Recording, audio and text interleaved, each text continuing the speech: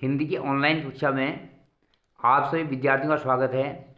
आज हम काव्यखंड के अंतर्गत दूसरे पाठ ललित के वाक का अध्ययन करेंगे।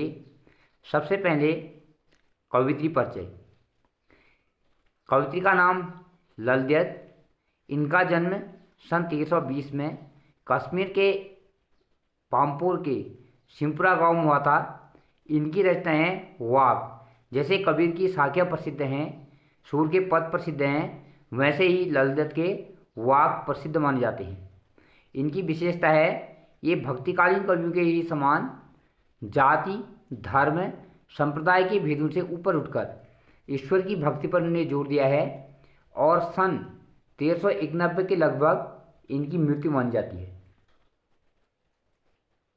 इनका पहला वाक है, रस्सी कच्चे धागे की खींच रही मैं नाव, जाने कब सुन मेरी पुकार, करें देव भव सागर पार, पानी टपके कच्चे सकोरे, व्यर्थ प्रयास हो रहे मेरे, जी में उड़ती रह हो घर जाने की चाह घेरे। अर्थात कवित्री कहती हैं कि जो मेरा ये जीवन है वह कैसा है, कच्चे धागे की बनी रस्सी के समान है और जिसके सहारे मैं अपने जीवन रूपी नाव को खींच रही हूँ, अर्थात अपने जीवन रूपी नाव को आगे बढ़ा रही हूँ। लेकिन जाने कब मेरे ईश्वर मेरी पुकार सुनेंगे, मेरे ऊपर दया करेंगे और मुझे इस संसार रूपी सागर से पार ले जाएंगे, अर्थात मुझे मोक्ष प्रदान करेंगे। पानी टपके कच्चे सकोरे, व्यर्थ प्रयास हो रहे मेरे। यह जो जीवन है किसके समान है, कच्चे सकोरे, कच्चे घड़े के समान है, जिससे जीवन रूपी मेरे उम्र की एक एक बूंद रिस रही है, पानी की एक एक बूंद रिस रही है, अर्थात मेरे जीवन के उम्र के एक एक दिन जो है कम होता जा रहा है। जी में उड़ती रह वो घर जाने की चाह गिरी, और मेरे मन में बार बार एक पीड़ा, एक दर्द उठती है और मुझे अपने प्रिय अर्थात परमात्मा से मिलने के लिए जो विधि इच्छा है वो मैं बार बार जो है पीड़ित कर रही है।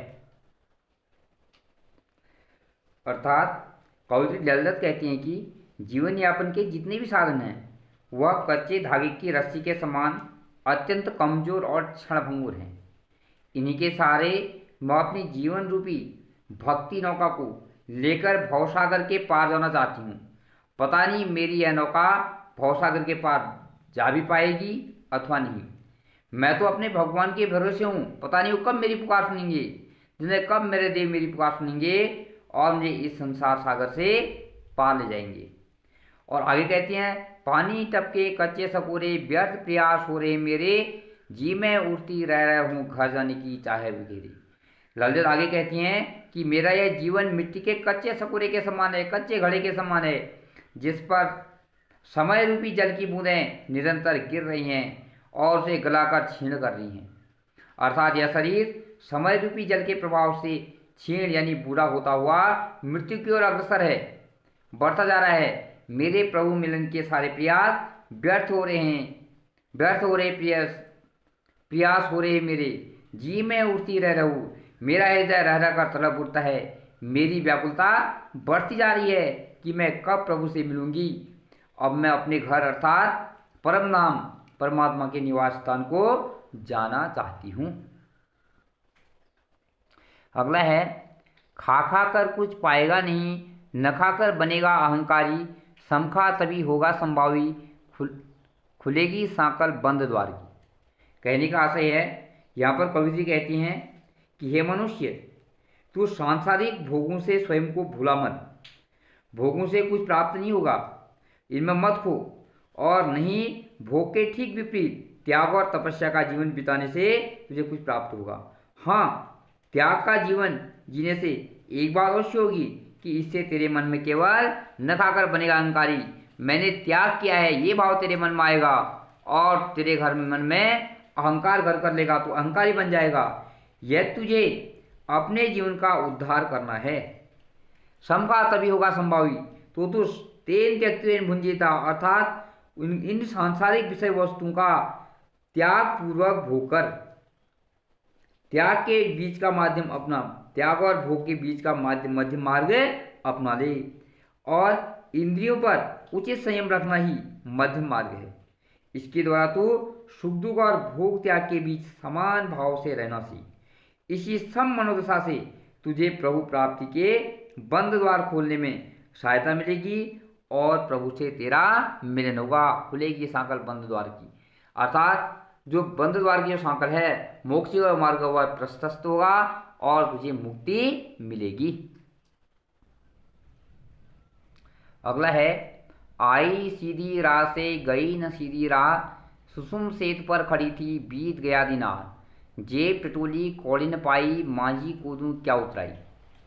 यहाँ कवित्री के कहने का आशय है कि क्या है, कवित्री कहती है मैं आई तो सीधी राह से थी, अर्थात जब मेरा जन्म हुआ तो मैं सब प्रकार के छल प्रपंच से मुक्त थी, परंतु चल पड़ी उल्टी राह, अर्थात सीधी राह जा नहीं सकी। इस संसार में आकर के मेरे मन में कई प्रकार की मुझे बुराइयों ने घेर लिया, अर्थात जब मेरा जन्म हुआ था तो मैं सभी प्रकार के छल छद्म से दूर थी, मेरा मन अत्यंत स्वच्छ था।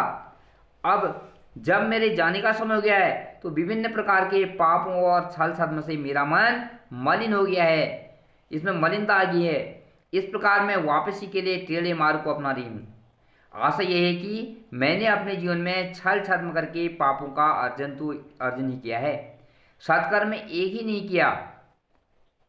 जेब टटोली कौड़ी न पाई मांझी कूदूं क्या उतराई, और जब अर्थात मुझे विपरीत मार्ग अपना चाहिए था, अर्थात मुझे सत्कर्म के पुण्यार्जन करना था, छल छद्म से एक भी पाप नहीं करना था, कवित्री परमात्मा की प्राप्ति के पथ पर ठीक ही चल पड़ी थी, परंतु उसने सहज मार्ग न पकड़ करके हठयोग का मार्ग पकड़ लिया। वह जीवन भर सुषुम्ना नाड़ी के साधने का प्रयास करती रही, कुंडली जागरण की कोशिश करती रही और इसी कोशिश में सारा जीवन बीत गया।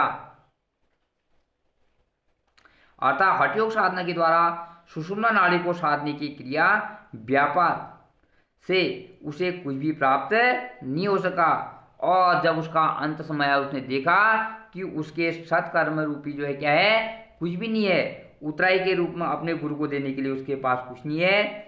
मृत्यु के द्वार पर खड़ी अपने जीवन की लेखा जोखा देखता है तो पता चलता है उसे, मनुष्य को, पाप पुण्य की जेब गठरी तो बिल्कुल खाली है, उसे पुण्य अथवा सत्कर्म भी एक भी कौड़ी उसमें अपने जीवन में नहीं है। वह तो परमात्मा को जवाब देने योग्य भी नहीं रह गया। अब यदि मांझी रूपी परमेश्वर मुझ पर दया करके भवसागर से पार उतार भी दे तो उतराई के रूप में मेरे पास देने के लिए उसे कुछ नहीं है। ऐसी हालत में मैं मांझी अर्थात अपने ईश्वर से वह क्या आशा करे कि वह उसे पार ले जाएगा, ये शायद नहीं, क्योंकि उसने अपने उद्देश्य से वह भटक गया है। थल थल में बसता है शिव ही, भेद न कर क्या हिंदू मुसलमान, ज्ञानी है तो स्वयं को जान वही है साहिब से पहचान। यहाँ पर कवित्री कहती है कि ये परमात्मा सर्वशक्तिमान है, वह कल्याणकारी और सर्वव्यापी है, थल थल में अतः सब जगह व्याप्त है, सर्वव्यापी है, इसलिए चाहे कोई हिंदू हो या मुसलमान उसे अपनाने में किसी को भी कोई भेदभाव नहीं करना चाहिए। कवित्री ज्ञानी मनुष्य को संबोधित करती हुई कहती है कि हे ज्ञानी, अगर तू सच्चा ज्ञानी है तो पहले स्वयं को जान ले, अपने जीवन के उद्देश्य को समझ ले, अपने आत्मस्वरूप को पहचान ले। आत्मा से ही परमात्मा की को पहचाना जा सकता है। देखिए यहाँ पर जो काव्य सौंदर्य है, भाव सौंदर्य कह रहा है, इन वाक्यों में कवित्री ने सांप्रदायिक एकता और आत्मज्ञान की प्रेरणा अत्यंत सरल भाषा में सहजतापूर्ण और रोचक ढंग से दी है।